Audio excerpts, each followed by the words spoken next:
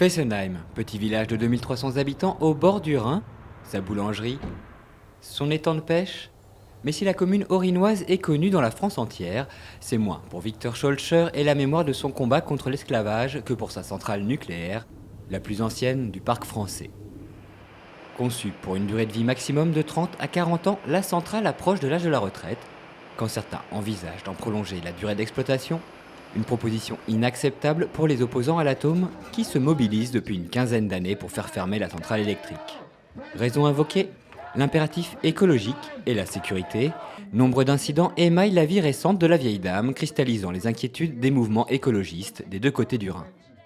Dès 2012 et consécutivement à sa promesse de campagne, François Hollande annonce que la centrale fermera.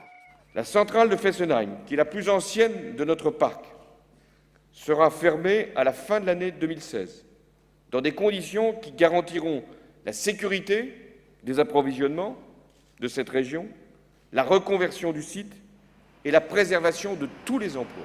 La loi de transition énergétique est votée en 2015. Elle plafonne la production du nucléaire français. Si une centrale ouvre, une autre doit fermer. L'EPR de Flamanville est programmé pour 2018. Cela aura un impact en Alsace. Maintenant, il y a un plafonnement de la production d'énergie nucléaire à 63,2 gigawatts, ce qui veut dire que quand Flamanville ouvrira, Fessenheim devra fermer. Donc Flamanville va ouvrir, puisque c'est 2018. Fermeture pour 2018, mais c'est sans compter sur Nicolas Sarkozy, depuis potentiel candidat à la présidentielle de 2017, qui annonce en mai 2016, à demi-mot, que s'il revenait au pouvoir, la centrale pourrait être maintenue en activité. Fessenheim, c'est 350 millions par an de bénéfices pour EDF. Utilisons cet argent pour financer des énergies renouvelables. Pourquoi fermer Fessenheim? Pour faire plaisir à un mouvement d'écologie politique qui explose partout. Les ouvriers, les salariés, les ingénieurs de la filière nucléaire française méritent mieux. Ainsi, en l'espace d'une décennie, Fessenheim est devenu le symbole de l'opposition entre pro et anti-nucléaire, un enjeu de politique nationale et même internationale. Restent sur le terrain des salariés inquiets de perdre leurs emplois et des élus locaux qui s'interrogent sur l'avenir. Nous savons tous que 2018, la date butoir ne pourra pas être respectée.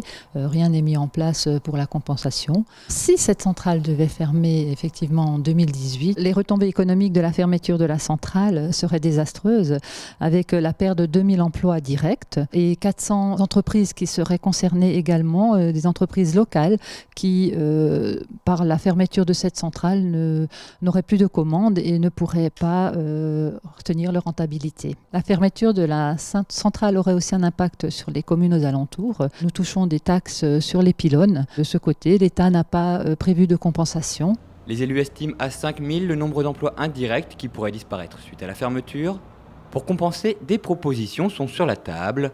Création d'une zone franche dans le secteur, installation d'une centrale au gaz, au service de l'État de donner une réponse aux édiles locaux. Si la population s'inquiète sur l'emploi, reste que dans le contexte post-Fukushima, la sécurité du site soulève elle aussi des interrogations. Alors l'inquiétude, effectivement, il y en a, c'est dans toutes les communes aux alentours. L'inquiétude de cette centrale, on la ressent.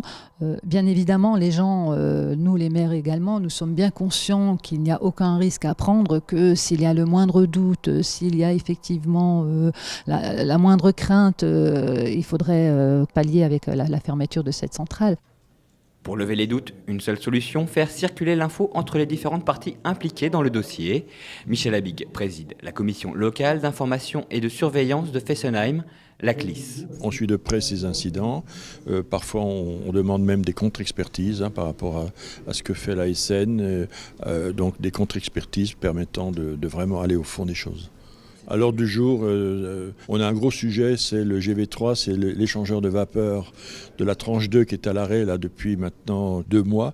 Et donc, par rapport à des problèmes de certification, de qualité de fabrication, voilà, donc la question est posée à l'ASN et puis également à EDF. Spécificité orinoise, la CLIS voit le jour sous l'impulsion du Conseil général en 1977, en même temps que la centrale. Outre l'audition des cadres directeurs de Fessenheim, d'EDF ou de l'autorité de sûreté nucléaire, elle peut organiser inspections et expertises indépendantes. Pour assurer la transparence, y participent élus, associations environnementales, syndicats de la centrale et experts du nucléaire.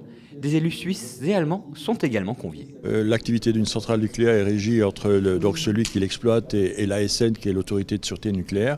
Entre les deux, il faut qu'il y ait une puissance publique, la représentativité des habitants, des forces politiques, syndicales, des associations, pour que s'ils ont des questions, elles puissent être évoquées et comment dire, travaillées, étudiées, et que réponse soit apportée. Si la centrale de Fessenheim produit toujours la majorité du courant consommé en Alsace, dans le Haut-Rhin, on n'a pas attendu l'annonce de sa fermeture pour promouvoir et développer des énergies alternatives, comme cette centrale solaire à Ungersheim, la plus grande d'Alsace. Si le soleil n'est pas la ressource naturelle à laquelle on pense le plus quand on parle de l'Alsace, il en est une autre que l'on trouve à profusion et peut, elle aussi, servir à produire de l'électricité, l'eau. C'est ce que l'on fait à quelques kilomètres seulement de Fessenheim, le long de l'ancien canal du Rhône au Rhin. Cette partie entre Strasbourg et Mulhouse, acquise par le département dans les années 60, sert à une expérimentation originale. Le conseil départemental vient d'y faire installer des turbines hydrauliques produisant de l'électricité. Nous nous trouvons devant une des turbines donc, sur l'écluse 46, qui est donc une des 5 turbines qui ont été installées par le département, en sachant qu'actuellement il y en a 3 qui sont en fonction depuis 2015 et les 2 suivantes vont se mettre en service prochainement.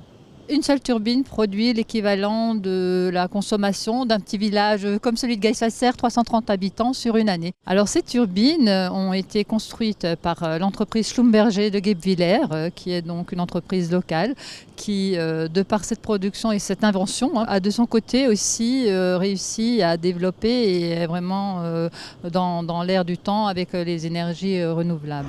Une idée qui pourrait bien faire des petits et se développer un peu partout où c'est possible, en Alsace et pourquoi pas dans le reste du monde. Preuve qu'en matière d'énergie, l'innovation ne s'arrête jamais.